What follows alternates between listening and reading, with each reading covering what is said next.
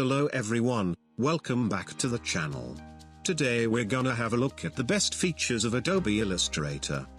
There are some unique features you might not know about, so it's worth watching till the end.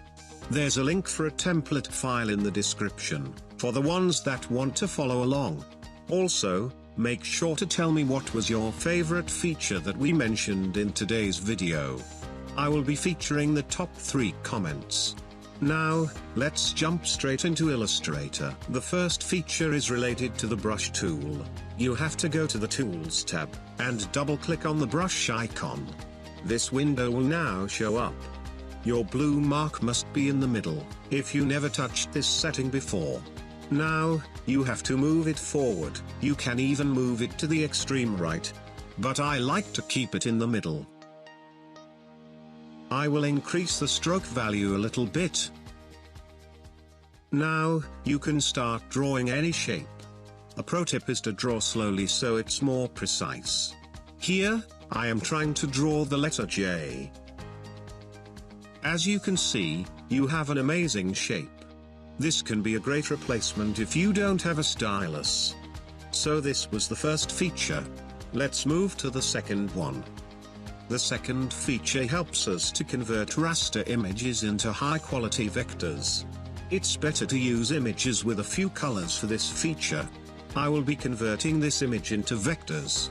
So, go to Window, and find Image Trace.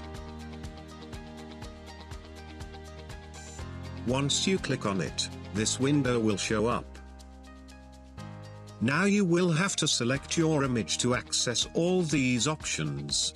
First, change the preset to something that suits you. If you also get this pop-up, then just press OK. You can change the threshold value to get the desired result.